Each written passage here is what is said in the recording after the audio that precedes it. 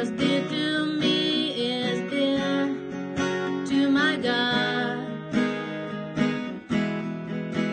I can't shed more tears, I know it's time to fight. It's time to remove the mask. For once let us be honest. We parents will not step back. Our children deserve the best. Punished for protecting them. Where is the justice in all that? Our voices rise because our love is deep. Return the innocent, hear our hearts beat. Yeah, yeah. It's time to remove the mask. For once let us be honest. We parents will not step back. Our children deserve the best. It's time to remove the mask. For once let us be honest. We parents will not step back. Our children deserve the best. It's time to remove the mask. For once let us be honest. We parents will not step back. Our children deserve the best. Hey guys, we are live today with Punish for Protecting live Facebook broadcast with Sandra Grazini Rucky and Michael Volpe.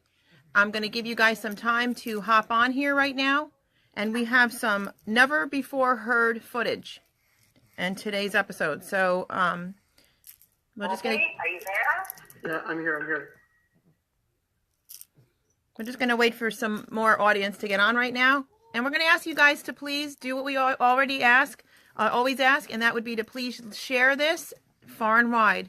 We need you guys to share this far and wide. And I see you guys hopping on. Hi, thank you. Oh, thanks, Jamie.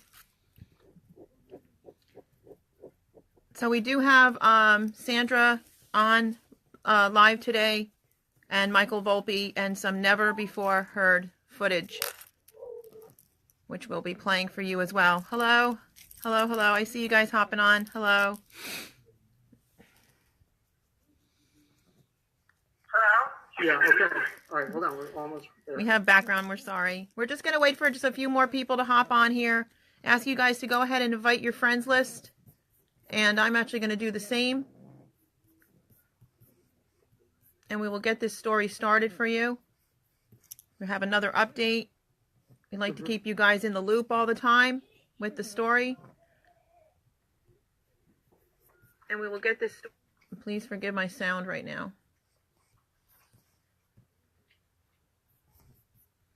I'm just going to invite a list myself. So if you guys can please continue to share this right now, and we'll get this started right away. Hope you guys are enjoying. I don't know if you guys are all snowed in. We're snowed in here in New York. We literally snowed in. Okay, so I'm going to go ahead, get this volume up over here, and reintroduce to you guys. As you all know, I have here with me on Zoom, I have Michael Volpe. Hello, Michael. Hello. And we have Sandra on as well. She's with you on the phone, actually. Not. Say hello. Hi, how are you? Thanks for having me on. Thank you for being on with us. Thank you. And we are continuing to follow and do what we can to just keep your story and the truth out, as much as possible. But Michael, you have a lot to say, and I'm going to just kind of follow your lead so we can tell America what's really going on. Okay, so the first thing is in preparation for this broadcast, I gave you some homework, if you will. Yep. You made a few phone calls. Well, first of all, what would you say, like 4 or 5 phone calls you made? I did. Did anyone speak to you substantively, or was it all take a message, promise to call you back, and nobody called you back? So I went into detail, and it was always their secretary, and they seem interested. I told them who I was and that I had a West Coast and East Coast television show, and that we had I had God, my goodness, a wealth of information on the truth of Sandra Grazini Rucky's case. I told them what I actually had in my own database. And they seemed quite interested, but they passed it over to, well, I don't know if you want to say who I called, and then they never called me back. They didn't want to come clean. One of the people who you called, and I can't remember the woman's name, but it's the Office of Lawyers' Professional Responsibilities, is what it's called, in Minnesota. And This is the office that determines potential discipline for any lawyer that's part of the bar. Yeah. Without your bar card, you can't be an attorney in any state.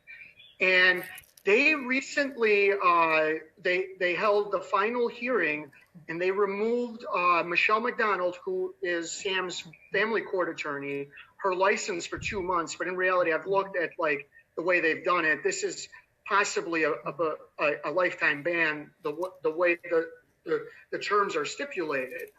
And one interesting thing about it is we've talked about what happened in this case, and during the custody trial, Michelle was forced to conduct part of that trial handcuffed to a wheelchair. That's right. And this particular office determined that this happened was Michelle's fault. Yeah. Somehow it was Michelle's fault that she wound up stuck in a wheelchair. They also determined Michelle, on the eve of the custody trial, sued a bunch of people, including the judge, David Knutson, personally for hundreds of millions of dollars.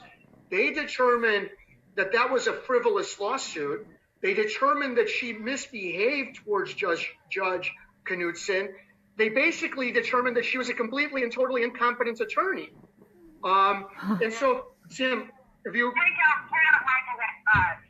Knutson not only told me to leave the court. I was told by the deputies that the trial was over and I was to leave. Judge Knutson himself wrote a letter to the bench basically stating that Michelle was incompetent and did not represent me well. Okay, all right, wait, hold on. Okay, wait. If the judge says you're incompetent and don't represent, if the judge is saying that about the attorney, I think there's actually a term for it where you don't get proper representation. Now, right. In this case, the judge gave her ex 100% of everything, gave him alimony, gave him child support, and sole custody of the kids. If the judge, this professionals board, and the Supreme Court all think that her attorney was so incompetent that she provided poor representation, shouldn't the decision then be overturned? Absolutely. You're supposed to have zealous representation, and you're supposed to have competent representation according to all the laws of our land in every state, period. Right. So doesn't this particular ruling, which this Office of Professional Lawyers responsibility obviously believed in because they took up the case, that I think there was like an appeals court and then a Supreme Court that they found it and then they validated or whatever is a term for it. So you have like I think as many as 3 different agencies who determined that Michelle McDonald represented Sam so poorly that she needs to have her license suspended for 2 months. So Sorry. Ergo, shouldn't the result of her representation be completely void? She owes nothing. She should be allowed to see the kids. Doesn't it? I mean, what they're putting her through, and what I see in Minnesota alone, but she's the worst case I've ever seen. She's the worst case I've ever seen. Do you want to add that? Did you hear me or no? Yeah, I did. I just think that's just absolutely, like you said, the judge himself, the government complaint, and anybody else, the judge himself, just rehash what he said that she was ineffective counsel. Not only did he move ahead and do it and continue to have the hearing, but then we went so far, and now everything should be voided. Right. So we think everything should be voided. You all should call the Minnesota Supreme Court and pose that question. You can find their number online. But the second thing I wanted to talk about was this mortgage fraud this mortgage fraud that David Rucky committed. Now, Yeah. the last time I was on with you, we talked a little bit about it, but I have to confess, Yes. I kind of knew what I was talking about, but I didn't really. But since that episode, I've done a lot of research and I wrote an article. This is absolutely remarkable. Do you hear me okay? Yeah, I hear you great. I'm actually going to screen share it. I'm just going to try to find it while you're talking. What basically happens is right around the end of 2011, David Rucky,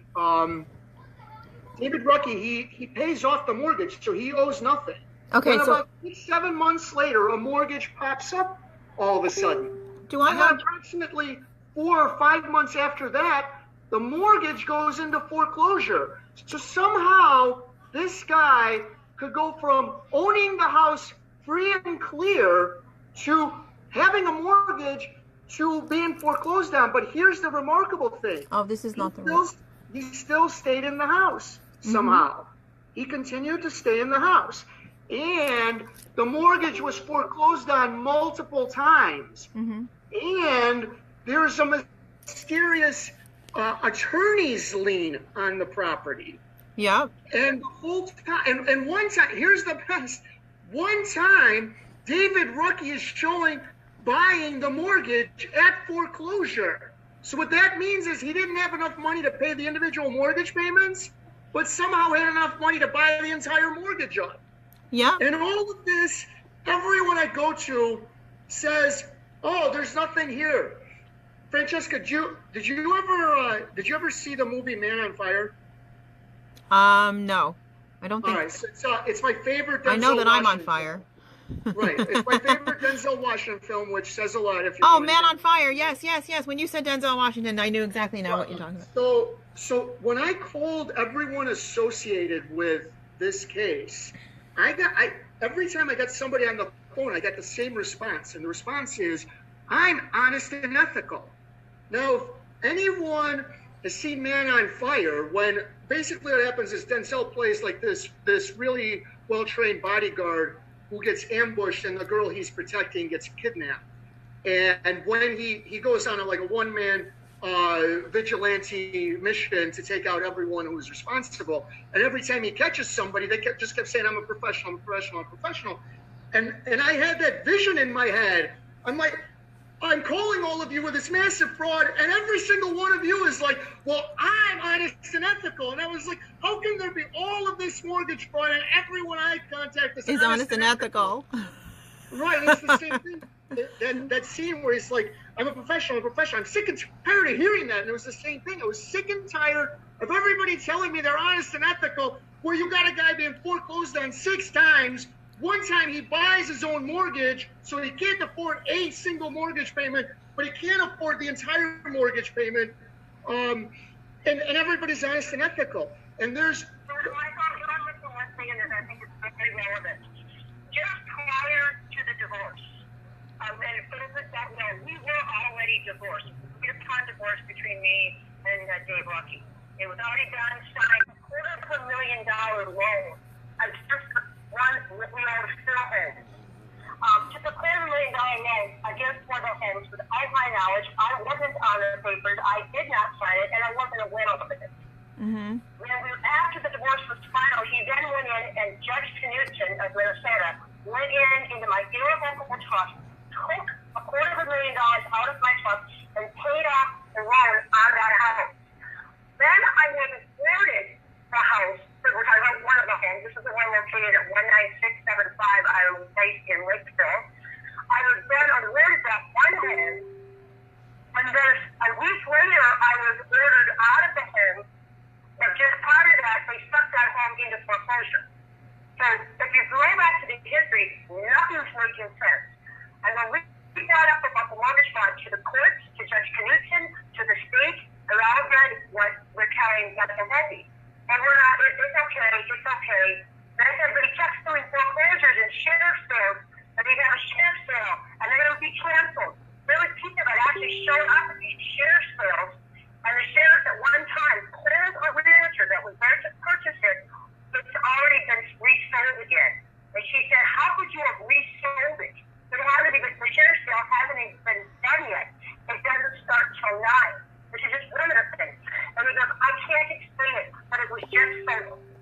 They had It was sent back to Rocky. So Right. he had. So those are just some things that you need to know. Yeah. Okay, so now, besides that mortgage fraud, there was an audio recording, which hopefully Francesca's going to be able to play. Yep, I had made it. by Sam's daughter, Samantha, Yep. while I believe she was on the run in 2013, so she's 14 and soon to be 15 when she makes it. And Sam, say who this was sent to. Who received this? This was also that was not allowed in. So it gets the tampering in a moment. But there's recordings and written statements that were sent to not only legislators, senators, the governor, the police department, their doctor's office, CPS, DHS. They sent it, I guess, to everybody. They reached out to me to it. But it got sent to everybody. They begged for help. And they were done by Samantha and Gianna.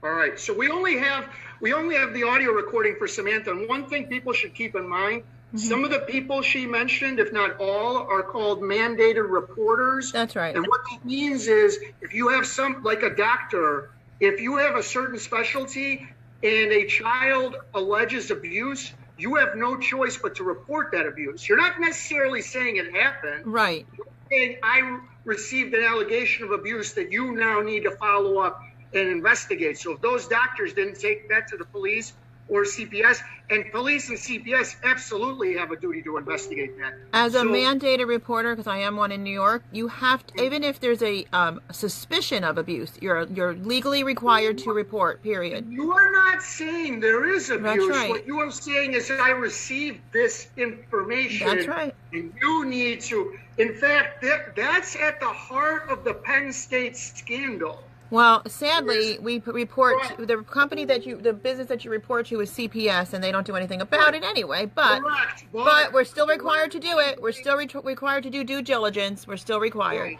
I don't believe in this case. I don't think it's CPS's fault because I don't think they received. Well, they never complaint. So Okay, I'm gonna go ahead and play this. You want me to go ahead and play this? I'll go play this right now. So this is going to be about 10 minutes. And one thing, there's going to be a few names that people should mention. One is Julie Friedrich. She is the guardian ad litem on the case at the time this recording was made. She was a non-practicing attorney. She was the first person to allege parental alienation. You want to keep that in mind. Do you think it's appropriate that a non-practicing attorney would be the one that makes that allegation? Number two is a guy named Jim Gilbertson. He was a therapist appointed just a few months before this particular audio recording is made. There's going to be something that Sammy says at around 4 minutes. It's going to sound like she's actually referring to her dad. She's not. She's referring to this guy, Jim Gilbertson. Pay very close attention. This is basically a Me Too moment at around 4 minutes in. Okay, here we go, guys. And make sure you're sharing this far and wide, because we tell the truth on Punished for Protecting. We tell the true story. Here we go. I'm here to say a couple things that have been told to me by Ms. Fredericks, Dr. Gilbertson, and Judge Knutson. And not only that stuff, but what's also been done by my father.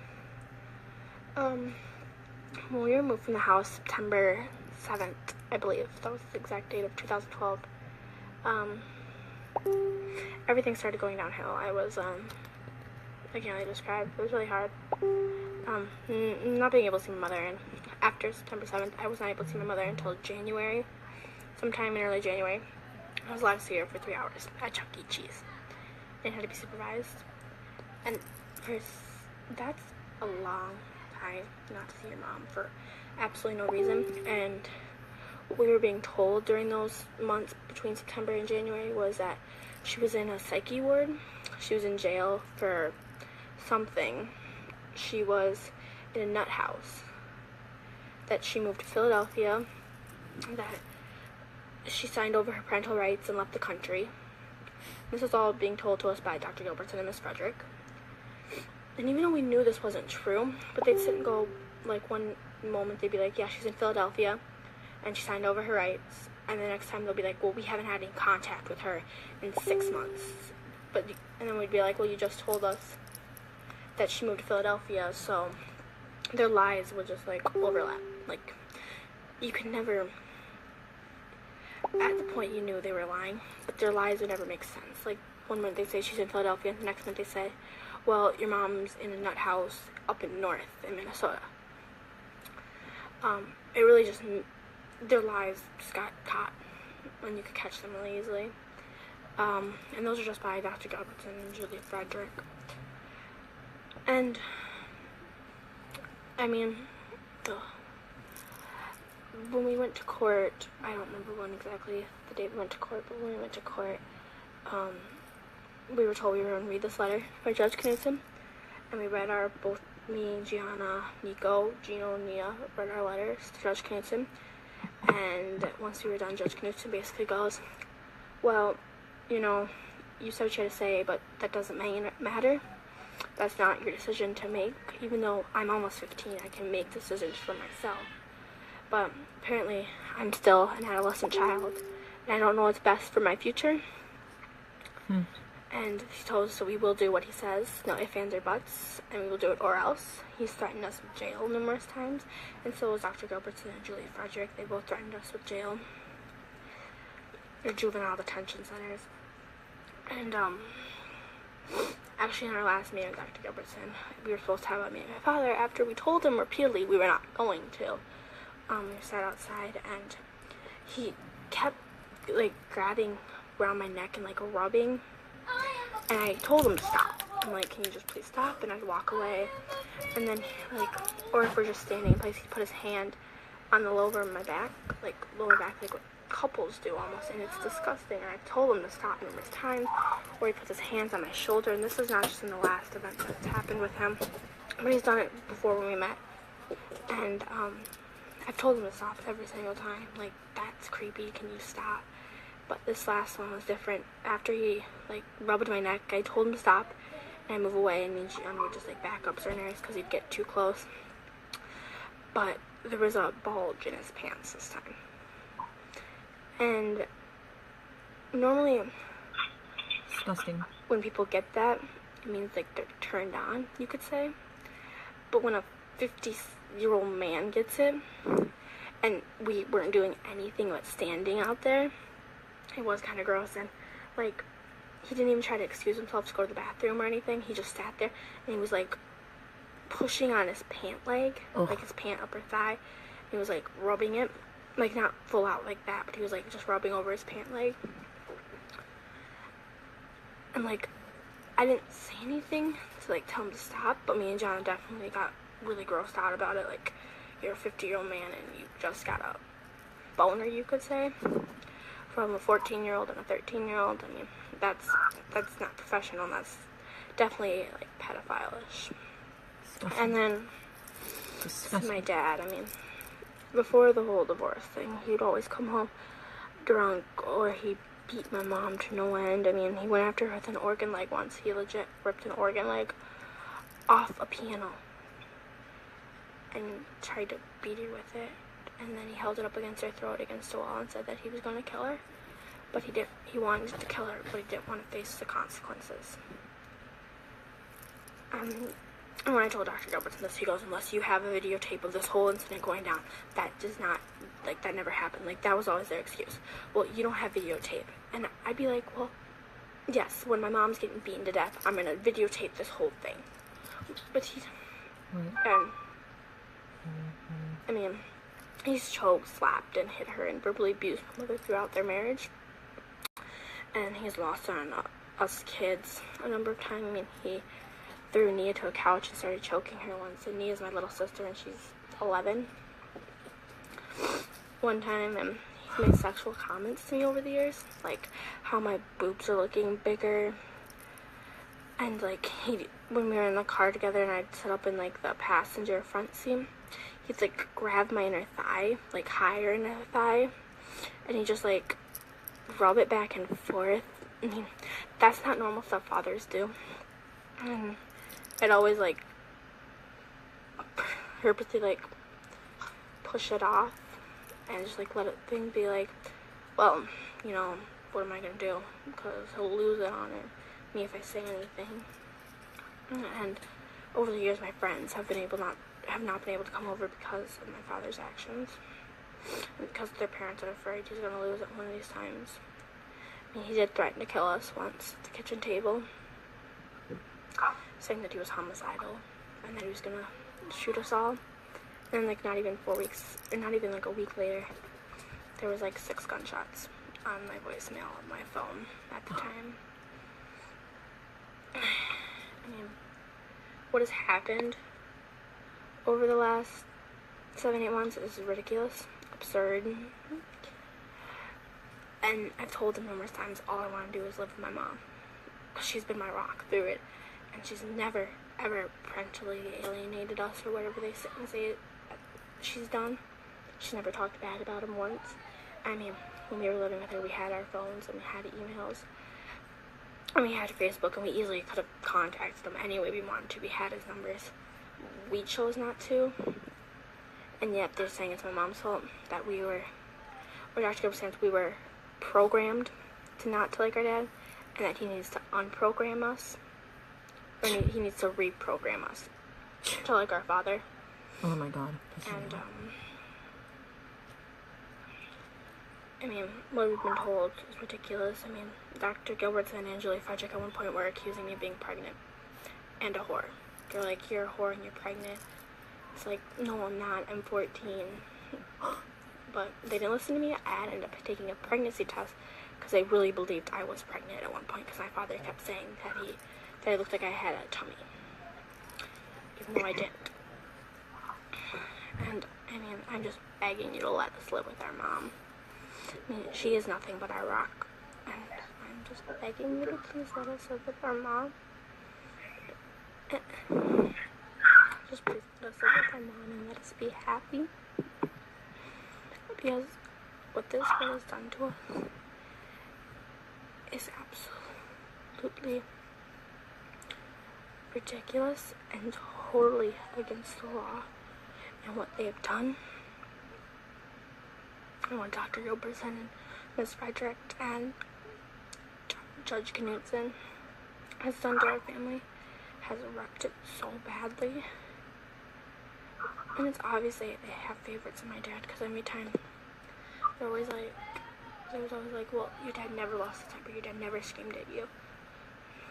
They'd always be like, it's your mother's fault this divorce happened, it's your mother's fault you're in this situation right now. When obviously we knew it wasn't. Yeah. So I mean, that is what has gone on the last 7 months, 7, 8 months. And I'm just asking you to let us live with our mom. Because this court, Dakota County courts, and Judge Knutson, Ms. Fredericks, and Dr. Gilbertson have been downright ruthless and playing favoritisms of my father. And calling us liars. So, yeah. All right, so first of all, what do you think would have happened Well, if... and what has been... Something happened. Hold on. Okay, go ahead. What do you think would have happened if the viewers of the 2020 episode had heard that? Well, I mean, now, you know, what I think this is the 4th time I've had you guys on. So we've consecutively told the story layer upon layer. And you've shown, I mean, I've got so much freaking evidence on this guy. His criminal background alone is so clear cut. So now you've got the daughter's testimony in 2013. Sadly, it's now February 2018. And by the way, do you remember right in the beginning she said, you know how hard it is not to see your mom for that long, for no reason? For no At the reason. time, she didn't see her mom for a few months. Right. We're now in 2018, and Sam, you still haven't seen your children. And right? how long has it been, Sam? Hold on a minute. I want to find her. When was the last time you were allowed to see them? Last time I saw my 5 kids was February of 2013. So February here's a girl saying, I haven't been allowed to see my mom for a few months. Right. And that How's she feeling now? And what really gets me is that the bull crap about they're saying that she alienated him, but it's okay, the alienation that they're doing to both sides. Right, and that's another thing. That's okay. That alienation is okay. If you believe in parental alienation, who is Sammy saying alienating? Isn't she saying her father's the one saying it's your mother's fault? This is the reason it's the full. It's and the yet full she's terminology. the one being accused of it. It's the full terminology that we hear all the time. It's the same story, different people. Who is the girl saying she wants to live with? The mother, very clearly. Unequivocally. The mother, Right, very but clearly. we'll ignore all of that. She's only 14. What does she know? Now, the thing is that the girl is giving testimony of the abuse, too. Her audio, which states everything you're hearing from Sammy. Gianna's telling a whole bunch of other stuff that went on also. Now, I'm not to jump ahead to the criminal trial, but I think this is important to know. When the children are located at the safe house where they're being protected from David Lucky and the abuse he had been inflicting on them, the children were brought into court and they were ordered to live with a man that they were supposed to testify against. They were under court order to reside with the man who had abused them, and they were to be driven to the courtroom to be testifying against him, and they were in his sole custody at all this time. And it's important to know that just prior to the trial, David Lucky and Tammy Love, his sister, brought Samantha to the police department, and on the videotape of the police department, she states, I am being told I have to recant my entire story by my dad and my Aunt Tammy. This child and my daughter Gianna have been ordered to live with the man and be under his care, and yet they're so told they have to also testify against them. That is like having somebody who witnesses a murder. Right. The murderer is being charged with it. Get the key witnesses, and you're going to live with me, and I'm going to run your license and clear you, and then you're going to have to go to court. Nobody's going to do that. Right. Right. Look, Sam's defense was that she was protecting her two children from her ex-husband, who was abusive. Mm-hmm. And after the girls were found, a judge ordered the girls to live with David Rucky. So they're supposed to say, yeah, he's abusing us while they live with him. Right. Of course, the judge is covering the judge's. Okay, so now let's talk what's about this? the last thing.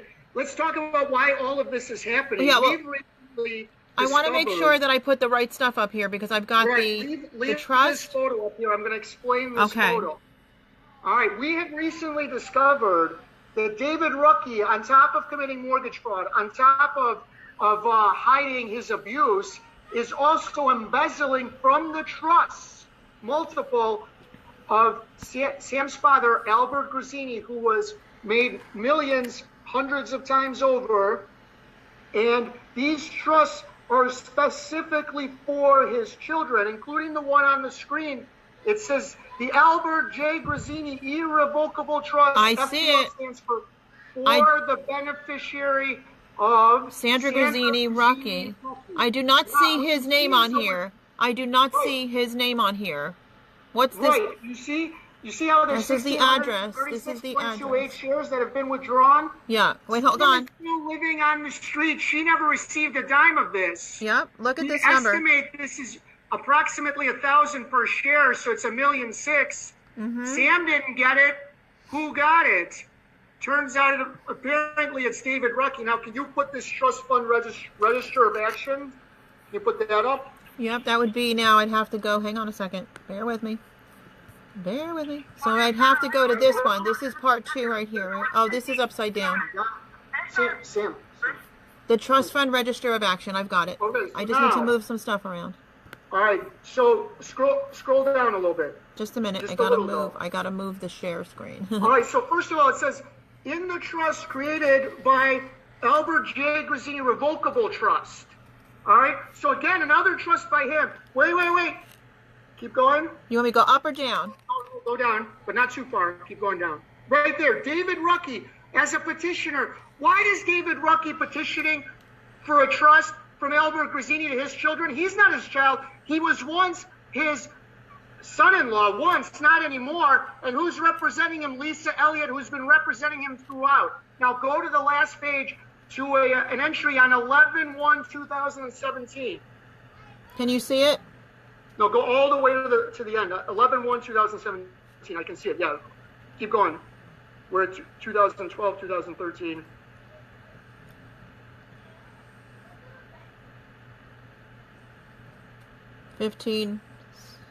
16, 2000. 16 or 15. We're almost there. We're almost there. Okay. All right, we're almost there. 17. We'll get a little bit, no, keep going down. 11-1.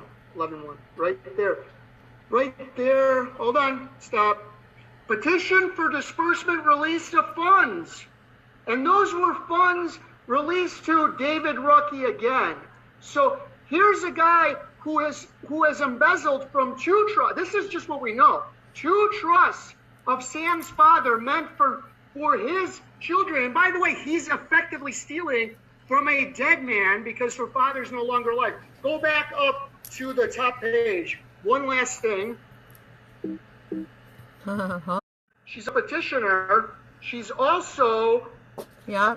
Ann a Grazini. trustee. The trustee is the one who authorizes withdrawals and whatnot. So she agreed that David Ruckey should have this money from her father to her and her siblings. But meanwhile, she wasn't on it. Sam's going to tell you a story. This has been the plan from the beginning.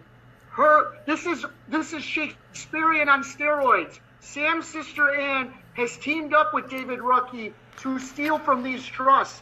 And Ann knows how to do all of this, and explain why Ann knows. Because exactly what was done to me was done to my parents. Explain more. Explain more. My parents were given basically the estate to the 7 children and to the grandchildren. Everybody has separate trusts. It's important to know that this trust that you're looking at is not just the only trust. David Ruckey, by the authorization of Judge David Knudsen, was allowed to invade any and all of my trusts. So back in 2011, 12, 13, 14, David Ruckey was given all this money, irrevocable trust money, and any money that came out of it, disbursements. For example, the company that he had built, which was considered Grazini Family Partners, was given to the 7 children. The courts demanded that it be disbanded. So when they sold any property or whatever that was inside, which was supposed to go to me, it went to my 6 siblings, and this is in the last 4 years, and to David Ruckey. It completely bypassed me. So once again, all these trusts that have been opened up and completely stolen by Dave Ruckey with the help of Judge Knudsen and Dakota County. Now these are irrevocable trusts that cannot be. They were not merely asked. They were given to me at first. They had nothing to do with it. I have never touched Ruckey's trust, but he was able to accept our right. And like I said, there has been numerous huge amounts of money of disbursements that we have now found out that have been being paid out off the closing of this company, that have all been paid directly to David Ruckey, completely bypassing me. As to the story of my parents, basically Ann Grazini done, Tom Grazini, my brother, and Claire Tucker, my sister, basically the same thing was done to me. There was a total of 7 siblings. 3 siblings were able to take my one sister off as the executor estate, put themselves on. They then put both of my parents, they separated them, put them into guardianship, kept them completely away from me and my other 3 siblings by using orders that we weren't allowed to have any contact with our parents, kept them in separate homes, completely depleted the entire state. It was well documented that they paid off Judge Sean Moynihan, once again of Dakota County, Minnesota, to order the entire estate. Not the small trust fund I have, but the rest of the estate all went to Ann Grazini Judd. And then they go on forward where we bring back James Baxter, who by the way is up for re-election, of why he felt interested in this case. And to make a long story short, my mother died mysteriously while in the chair of custody of my sister Ann Grazini Judd. After she was deceased, I was still her daughter. I was able to have her body impounded. Through a friend who is a mortician in Lakeville, they impounded her body down to Hastings, Minnesota, which again is in Dakota County. The coroner did a report and found out that the toxology in my mother's fluids was so much, therefore it killed her. I found that evidence, brought it to James Baxter, who was the county attorney. and said, what are you going to do about this? He was in the care custody. Here's the coroner report. This was a murder created by Ann Grazini, Tom Grazini, and Claire Tucker. Well, this is why this whole thing with Dakota County all goes down. Is James Basham did nothing. And what he did do that shows his guilt is he immediately terminated the coroner that did the investigation and gave the report. Yeah. You're hearing all of that first on Punish for Protecting. How do you like that, Francesca? You're breaking big news. Well, thank you, Michael. Thank you, Michael. Thank you, Michael, for choosing a truth-filled audience. Thank you, Michael, for choosing a truth-filled broadcast. Think about how much you've learned about this case, and everything you heard today is new. Think about that. We're talking about a murder that goes back nearly a decade. William Shakespeare's like, give me one more chance. Let me write another play. Yeah, really. I can't believe what I'm hearing. Really. So, look, what all of this is referred to as RICO, Racketeer Influence Corrupt Organization. Yeah. And that's what you had. This entire divorce, and if you go back to her parents' guardianship, is one giant criminal conspiracy to embezzle, to hide abuse, to commit mortgage fraud, to get public officials to look the other way on all of it. It is no different than the rackets run by the Gambino family. Right. It's no different than any other RICO conspiracy. That's how big this is. Yeah. And the FBI should be involved. And by the way, I called the FBI. Yeah. And do you know what the Minneapolis office told me? What? Well, we'll take your phone number, but we can't promise you anyone will call back. All I said is, I have something that's RICO. Now, there is no bigger deal to the FBI than RICO. If you're an FBI agent and your investigation leads to a RICO conviction, like those guys who led the FBI investigation into the 5 families, they moved up in the world. You'll move up in the world. She told me maybe they'll call you back. I didn't hear back. I actually called the New York field office because I found a connection in New York. And they at least allowed me to tell my story. I deal so with New York. Recorded that my story is out there. But basically, I can't get the FBI to investigate RICO, even though RICO is as big a deal for the FBI as anything is for somebody. I've dealt with the FBI in Albany, New York, as well as the FBI in Washington, D.C. Good luck with the FBI. You're better off coming to me, the full-blooded Italian FBI, versus the FBI in our country. Well, if it's a big joke. It's a big FBI joke. Malfeasance, my first book talks about FBI malfeasance, prosecutors going wild. Yeah. But look, You also need to know that Bucky has been allowed to raid my children's trust. Yeah. By forcing them with themselves. My children were each given a trust by my father. I have been deemed not their mother. My parents who are deceased are not their grandparents. But yet Lucky has been given sole control of my children's trust. And the one that, so they should have been turned over. He was never allowed to have control. And if anybody knows about trust, the bylaw states specifically in the trust that unless I am deceased, I am to remain the sole trustee. If I am deceased, it's to go back to a family member.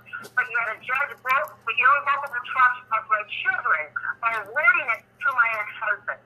So that's more trust fraud. correct. And then the last thing I want to make sure I get out is we have the actual transcript regarding Judge Knutson. Judge Knutson just testified in court recently.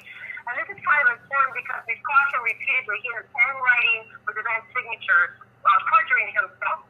He actually stated on court documents that he simply believed that I had money, simply believed that that the children were being abused. He had no documents to back this up, but he just believed it because of what David Bucky and Lisa Elliott so-called told him. Now, a judge, as everybody knows, can have their beliefs with their evidence.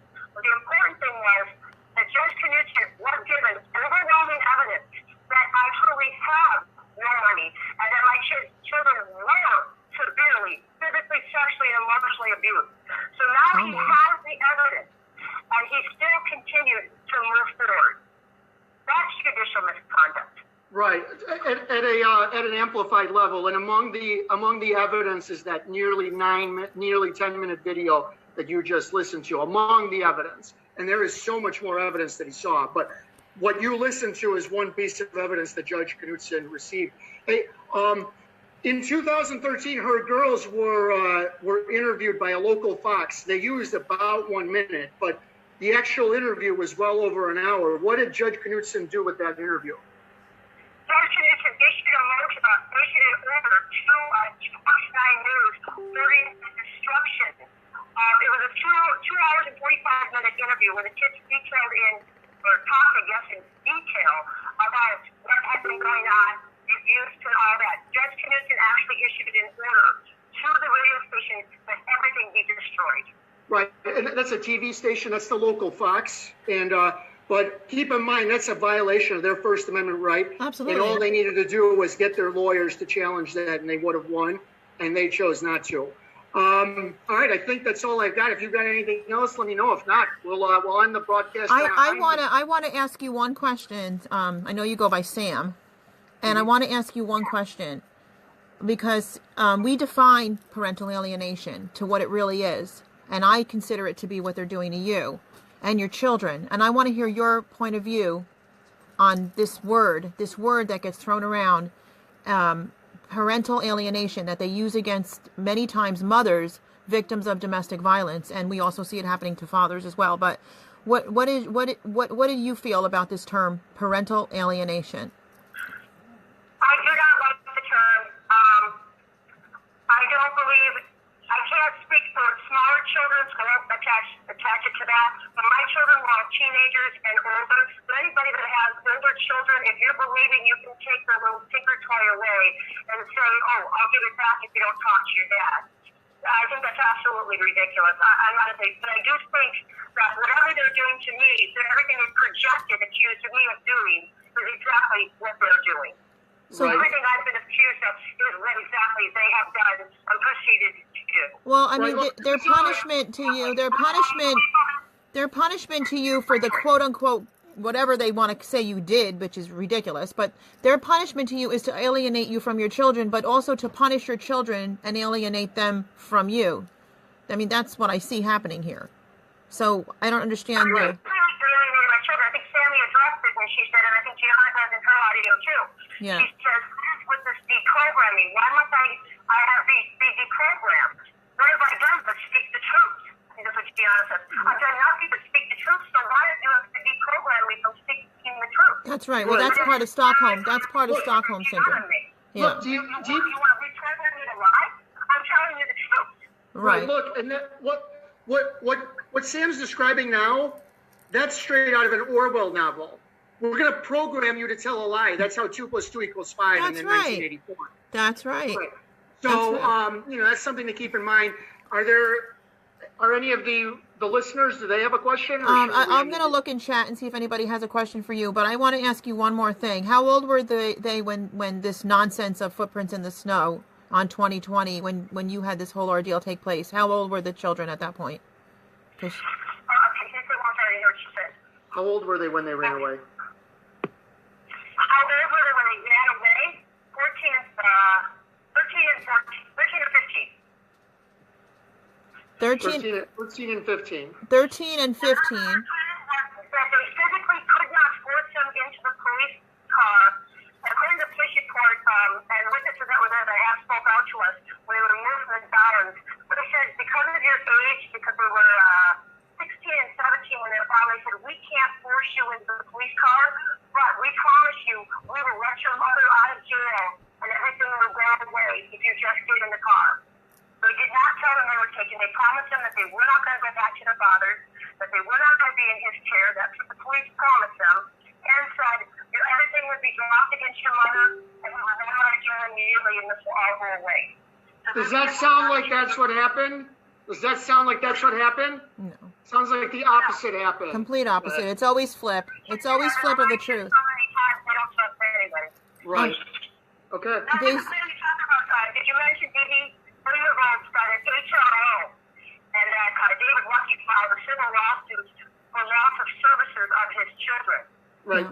We've spoken about this, but yeah, David Rucky is currently suing, among others, a pastor and his wife in the church in this town near where the girls were staying for 2.5 years. So apparently he thinks the church is responsible for what happened to him and the pastor and his wife. Anything else? You're saying the whole thing, because in order for him to claim that he mentally has all these issues and physically, now we can, or they can demand all the psychological reports and medications that Rucky is on, that he has forced the children on. All medical information must be turned over for him to try to prove how mentioning his name in a blog has affected him. Because all that happened is Sandra, how old were the children when you went to jail and they brought them to the father? So they said in the hearing that they had to hurry up and do an immediate trial to give the custody to David Rucky, because Samantha was turning 18 in a couple months. So that's why they rushed the trial so fast. And the kids in the trial demanded, they said they would either be willing to go to foster care or to jail, because Sammy was turning 18 in just a couple months. And he said, I'll let you do either. Okay. And we're gonna close this right now. We're gonna have a special message to the President of the United States with Robert. Oh my gosh, my brain just froze a little bit there. I literally had a brain fart. But anyway, we're gonna have that right after this. But I do want to ask you to do one thing, Sandra. I want you to reach out to your children right now and tell them what you want to tell them, because I'm sure they're gonna see this. To my children, to all fathers, I love them very, very much. I am so sorry what this man has done to you. A true father would not do what he has done to you in the past and is continuing to do to you by destroying your life and actually hiring people to do it. I love you, and I will continue fighting for you for the rest of my life. I will never stop, and we will fix this, and I will somehow get you protection and away from that monster. And we will. Okay. All right, good. So guys, thank you for watching, and we're about to go live again shortly here. We're going to be having a special message to the president, and doing that. I'm sorry that with Robert Slavin. I couldn't think of the last name. I'm so sorry, Robert. Don't be mad at me. With Robert Slavin in a little bit here. So stay tuned. In about another 5 or 10 minutes, I'll be going live again, and I'd like you guys to share it because we need your help in this matter. Okay, and it's for cases just like this, cases that are so extreme. Your cases, and the case with the little girl in California who's been living with and court ordered to live with a pedophile, a child sex offender on the registry that we showed all the information. I did that story. It's now going on 3 times. So we need to do this as one big mighty army. So thank you guys for watching, and God bless you.